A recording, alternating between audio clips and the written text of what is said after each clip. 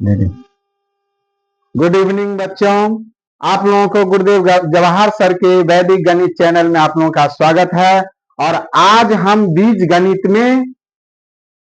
गणित में आज हम बताएंगे कि समीकरण को जो है कैसे लिखेंगे।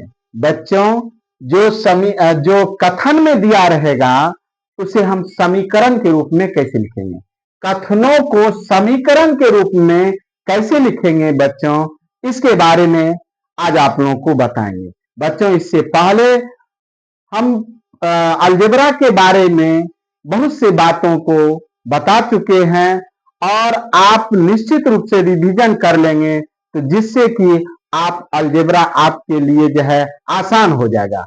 बच्चों, आज जो है हम बता रहे हैं जैसे है कि x और 5 का योग 12 है। बच्चों, ये हमारा कथन है, इसको हम समीकरण के रूप में लिखेंगे तो x प्लस 5 बराबर 12। x हमारा एक जो है चर है और उसका जो है वह और 5 का योग 12 है।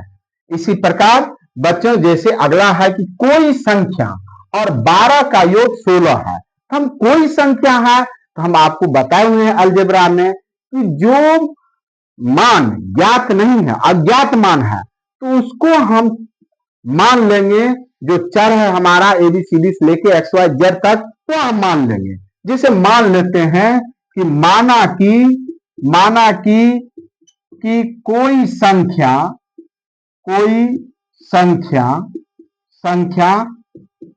x है, कोई संख्या x है।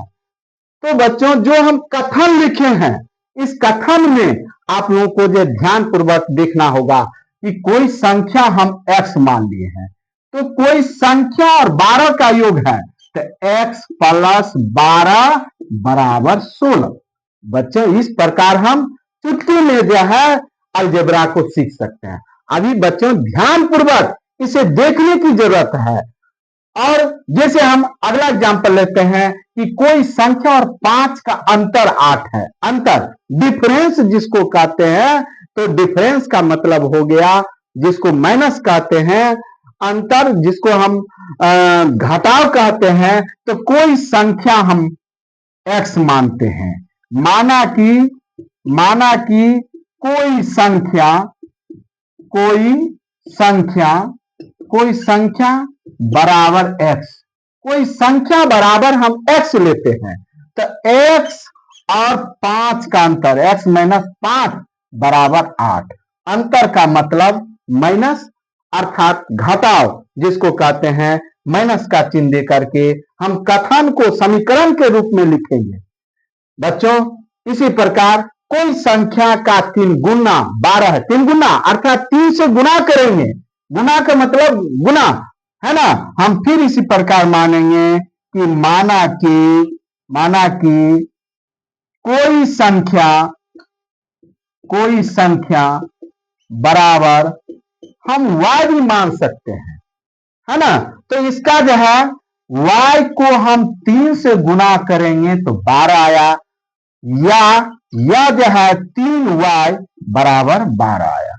बच्चों, इस प्रकार हम कथनों को समीकरण के रूप में लिख सकते हैं और हमें उम्मीद है कि छोटे बच्चे हों या उच्चतम क्लास के बच्चे हो, वह भी इसे बारीकी पूर्ण ढंग से देखेंगे तो निश्चित रूप से सीख जाएंगे।